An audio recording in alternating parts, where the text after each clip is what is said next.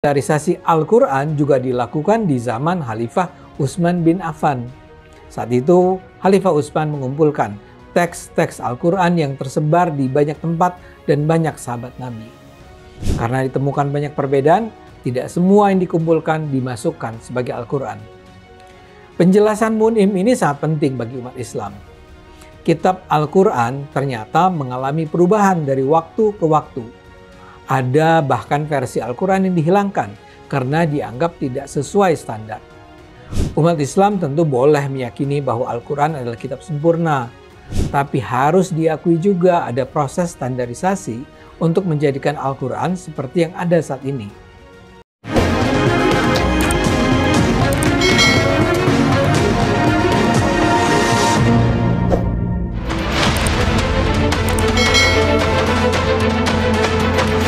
Seorang ahli Islam bilang, Al-Quran yang dibaca umat Islam sekarang bisa jadi beda dengan Al-Quran di zaman Nabi Muhammad dulu.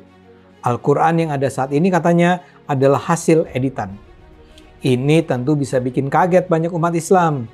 Soalnya selama ini umat Islam umumnya meyakini kalau Al-Quran yang ada sekarang ini benar-benar asli, datang dari Allah dan tidak pernah mengalami perubahan.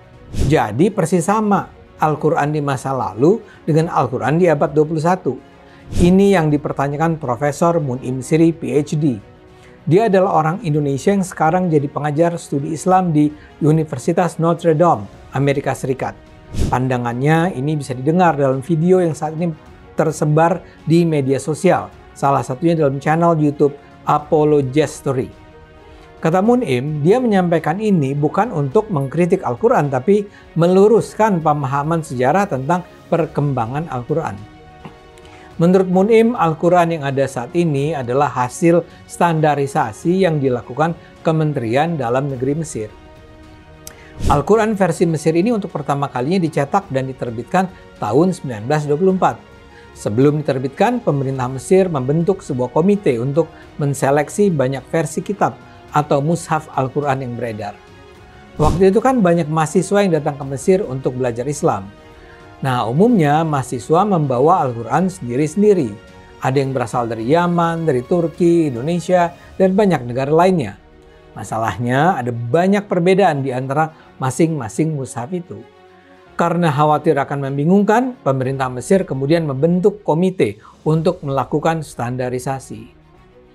Al-Quran hasil standarisasi itulah yang kemudian dicetak dan diterbitkan. Dengan dukungan pemerintah Saudi Arabia, Al-Quran yang sudah distandarisasi itu kemudian disebarkan ke seluruh dunia termasuk Indonesia. Menurut Mun'im, upaya standarisasi bukan hanya terjadi saat itu. Jauh sebelumnya itu juga pernah dilakukan. Ini misalnya juga dilakukan oleh Khalifah kelima Bani Umayyah Abdul Malik bin Marwan. Saat itu Khalifah Abdul Malik membentuk komite untuk melakukan standarisasi Al-Quran yang terdiri dari 6 ulama. Mereka bersama menentukan mana yang perlu dan tidak perlu dimasukkan dalam Al-Quran. Sebelum itu, standarisasi Al-Quran juga dilakukan di zaman Khalifah Utsman bin Affan. Saat itu, Khalifah Utsman mengumpulkan teks-teks Al-Quran yang tersebar di banyak tempat dan banyak sahabat Nabi. Karena ditemukan banyak perbedaan, tidak semua yang dikumpulkan dimasukkan sebagai Al-Quran. Penjelasan Mun'im ini sangat penting bagi umat Islam.